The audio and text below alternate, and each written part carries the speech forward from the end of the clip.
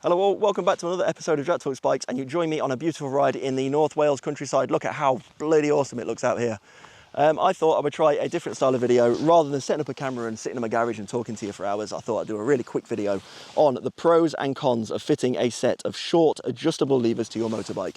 So why do people do it? What are they for? How do they work? And do you need some? Let's get to it.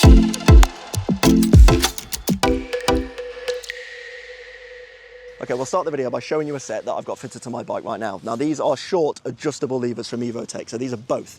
It's not just one or the other. You can get just short levers, and you can get just adjustable levers, but mine are both. These are a set of Evotech, as I said, Evotech short adjustable levers. So we're going to talk about the pros and cons of both here. Let's start by talking about the pros. Why do people fit short adjustable levers to their bike?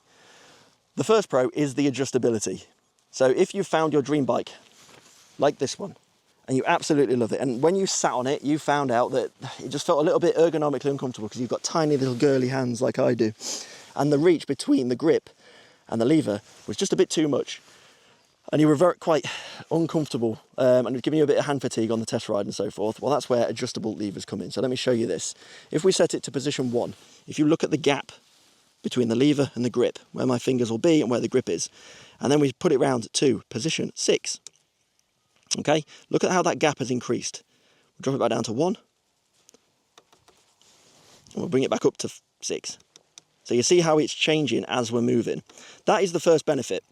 So it gives you that customization and that ability to be able to change the distance between your fingers and the lever to make things a little bit more comfortable and reduce the hand fatigue you might get on a longer ride. The other benefit, the second benefit, and this relates to short levers only, not just adjustables, but shorties as well. Short levers are shorter, as the name suggests. Now, as a result of them being shorter, in the event you lay this bike down, let's say it drops over in the garage, or you've parked somewhere like this, gravel and sand, and the floor's a bit loose and it falls over on itself, or you're unfortunate to be in an accident and it drops. Well, one thing that's less likely to be broken is your lever. Because they're shorter, there's less chance of these making contact with the concrete and the ground, and it's more likely just going to be superficial stuff like bar ends and stuff that take the hit. Which means if you are somewhere like this and the bike falls over, you will still hopefully be in a position to ride the bike home and still be able to use your brake and clutch. So that's another benefit of having short levers. Another benefit is superficial. It is literally just a taste and preference thing. I personally think you get style points and cool points for having them fitted because they just look smart. They just look really nice. So yeah, that's a superficial thing. Obviously, beauty is in the eye of the beholder. You might think they look absolutely dreadful, cheap, aftermarket, horrible things, and you might be an OEM man. But myself, as you can see, my bike, I like to customize it, and I like a few aftermarket bits. So I've fitted these. The other benefit that you might find, and this leads to the first drawback as well, the first con. So the other benefit is, because your lever is now shorter, things feel, in quotation marks, feel more precise and sharper, which is nice. So what you're actually getting is less leverage.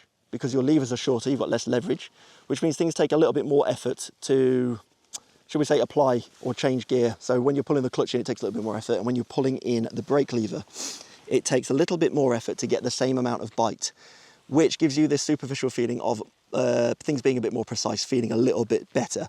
Whereas in reality, what you're actually getting, and this is the first drawback, I'll spin you around so you can see me, you're actually getting less mechanical leverage, which is arguably worse, because less mechanical leverage will mean more hand fatigue. So it kind of counteracts the adjustability. So this is where you might want to start looking at a set of full length adjustable levers if hand fatigue is the problem.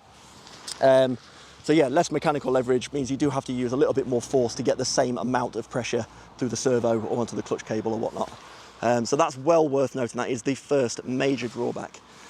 Another major drawback is for new riders. Because they take more effort and they take a little bit more kind of input to make work properly, new riders might find them a little bit fiddly and a little bit annoying, and it might stop them having that same level of finesse and quality of clutch control and throttle control that they might need if they are just starting out.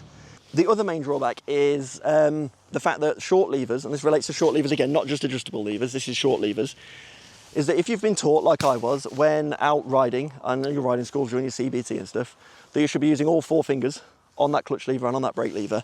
Well, short levers don't really allow for that. Ergonomically, they're not set up for that. You will find you end up using 2 or maybe 3 fingers for the clutch and the brake. And again, short levers, that will increase, little 400 there, that will increase the hand fatigue that you might feel whilst out on a long ride and stuff with the bike.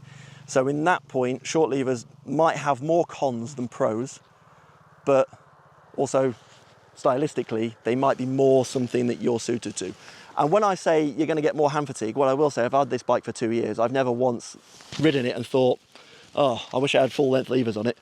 The hand fatigue has never been so detrimental to the point that I think I can't ride this bike any longer. I need to pull over. So there's all things to think about. Anyway, that is short levers and adjustable levers in a vlog in a matter of minutes. Hopefully I've not kept you too long, about 6.5 minutes. If you like the video, you want to find out more about other parts of the bike, the anatomy of the motorcycle, other modifications and stuff, drop a comment below. I'll try and cover it off. My bike has a few, and if it doesn't have it, I'll find a bike that does to talk about it. So like I say, if you like the video, please like and subscribe. There's a video on the screen talking about crash bobbins if you're interested in finding out more about how they work, because I've got a set on the bike there as well. So I'll put a link to that somewhere on the screen. And don't forget to, like I say, like, subscribe, go along to Instagram, follow me on there as well. And hopefully I get to see you in the next video.